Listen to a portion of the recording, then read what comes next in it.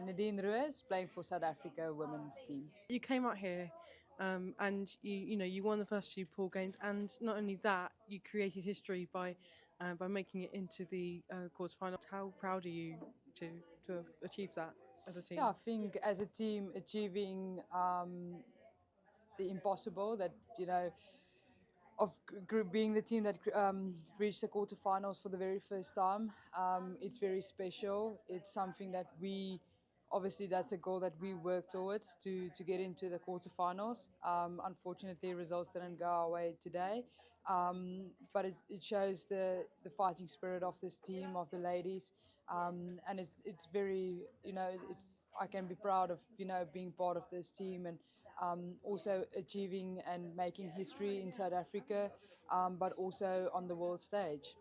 They say that you have to be the best to beat the best, but today you went and you scored against the best. Is this basically on your way of to becoming the best? Is it, do you know what I mean? Like it's Yeah. the start of the beginning for you guys. Yeah, I think this is only the start of the road to success, basically. I think for this team, we've shown that we can compete against these top teams, and unfortunately, like the amount of experience that we have playing against these teams. If you look at France, the Six Nations teams, they play quality rugby year in and year out. With us, we haven't got a lot of test matches each year, so of course on that you will get better by playing against better quality rugby. Not saying in saying that playing the top eight consistently. So getting used to the speed of the game, the way and style of play that these teams have. Like if you look at the Black Ferns, they play running rugby, and they play good rugby, and they play beautiful rugby. People like to watch them. And if you look at the men and the women and the under-20s, they all play a similar game. But the only way to get better and obviously test your defense is by playing against these teams. Having that constant pressure in your face, from a defensive point of view. It also tests your attack, and it shows you where you need to exploit spaces better. Um, and at the end of the day, that's only how you can get better, is by playing against these top quality teams. Like you have a very strong forward pack in the South Africa. How do you use that advantage to to continue going forward? Yeah, I think for us, of course, like we are a very physical team, not even in the forwards, but in our backline as well. There's some physical players there. For us is to know how we can get a momentum on attack, and how we can go forward. And I think obviously that's where the coaches also comes in with the attacking systems that they implement, and we just need to execute it with the physicality that we have, but also in saying that playing smart, obviously not overusing our forwards, because it tires out them quite quickly as well if you use them a lot. But at the end of the day, just playing smart rugby, and again with saying that if you play against these top teams, you're going to learn how to get better, how to put your forwards more into space, and then obviously having our backs with that platform, attacking and launching. It's quite positive, and like our backline can also play off that, but our forwards, when they set the standard up front. What's a legacy that you'd like to leave from this tournament? I think, individually for me is to just be the example, of the kind of rugby that we want to produce in South Africa. For me, that's just saying like your actions needs to speak louder than words. That's just a simple phrase I go by in my daily life as well. So for me, I would rather want to set the example on the field, be that person to whatever I do to do it 100%. Obviously, 110% actually. And for me, that's just really important as an individual, showcasing your God-given talent, and to show and express yourself on the field. And I think as a team, the legacy that we want to leave as well is leaving that jersey in a better place, for the next generation. Because at the end of the day, the jersey doesn't belong to you. You give it out there on the field, and you leave the jersey for the next one coming. Thank you so much. Thank you so much, Chloe. I'm Georgia Ponsby and I play for New Zealand. First of all, congratulations on the win. You are through to the semi-finals. Yeah, what's your observation of today's game so far? My observation, I think it was everything that we expected, minus the 15-man lineout and the mauling and things from us off a scrum. But in terms of like the physicality, what South Africa, brought into with their forwards with the 7-1 split, we knew that today was definitely a day that we were going to have to roll up the sleeves, especially as forwards. But yeah, I think it was really cool, like the style of rugby South Africa played. I think they kind of reinvented the game of rugby a little bit, which is so exciting. I think they did an incredible job of playing to their strengths and playing to their game plan. And in that first half, it really worked for them. Our discipline obviously wasn't good enough, which meant that we couldn't get it out of our 22. And they were just really good with ball in hand. They held on to possession and just rolled through us a little bit. But I'm proud of how the team, obviously in the second half, we came into the changing rooms. We had solutions, we were adaptable, and we came out and finally executed our game plan. I mainly brought you here because I wanted to talk to you about your move to Trailfinders. Oh, yes. Yes. Like how did that opportunity come about, and what inspired you to take it?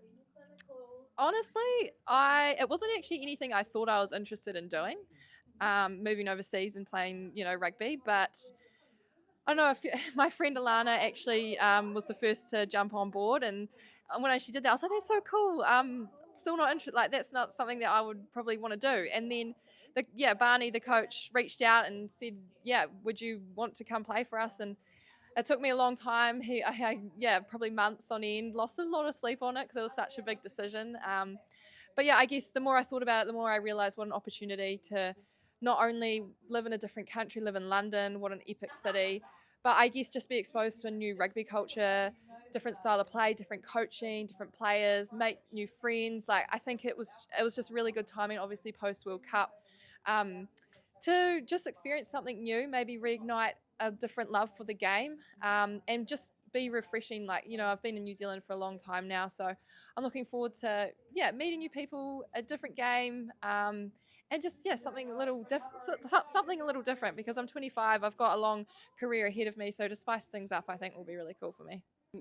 You're looking to explore something different for you, like, and also in terms of like how you perform on the pitch, considering that you'll most likely be alongside players like Meg Jones and Kate Zachary, like how do you think you'll use that experience to to explore your very own style of play on the pitch? Yeah. Using Oh, those honestly, partnerships.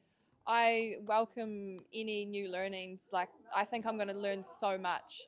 Obviously, England play a different style of rugby to probably us. I think their forwards are celebrated a lot more. They love set piece and things, whereas we are quite, I don't know, we're a very free-flowing style of play, and that's what we love.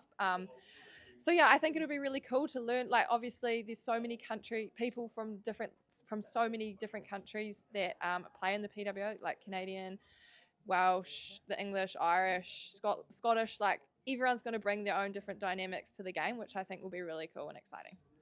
Did you also played in the what's it called? New Zealand League. Super Rugby. Thank you. Yes. The Super Rugby Orpaki as well. Yes. Yeah. Can you just tell us a little bit more about that? Well, what that was like? Yeah, our Super Rugby competition is ever evolving and ever growing. It started off 4 years ago now, and I think the quality of rugby that you've seen has just improved year on year. I guess the only thing, like, there's only 4 teams in the competition, and we don't have as many games as the PWR. They have 17 rounds. I think we have like 6 or 7. For about 9 teams in the league. Yes, so it's in that terms, it's like probably not as good as the PWR, obviously, but I love my club Matatu, and that was a really hard decision to leave them, and New Zealand Rugby and my Black Friends team for the time being. But our Super Rugby competition, I think once we expand that and hopefully get to play Australia and the islands, I think it'll be really cool, and you'll see a lot of growth in the next few years with that. Okay, so I'm going to come down for my final question now. I'm not going to keep you forever. What's a legacy that you'd like to leave from this tournament? The legacy. Hmm. I'm really proud to play for this team. The way that we hold ourselves, not only on the pitch but off the pitch, is something that I'm really proud of. In our hotel rooms, we are tidy, we are polite, we thank those who have provided us with our exceptional facilities. That's something I'm really proud of, and I think we've touched a lot of lives from the places that we've travelled throughout this tournament so far. And then on the pitch, we want to inspire young girls, young women to join this game and play it. I think through our physicality, I think we show that we can be kind off the pitch and then turn into something else on the pitch. Our engagement with the fans, like we've brought the mana wave in and things, and I think that's something that I'm really proud of. Yeah, I think that's our legacy.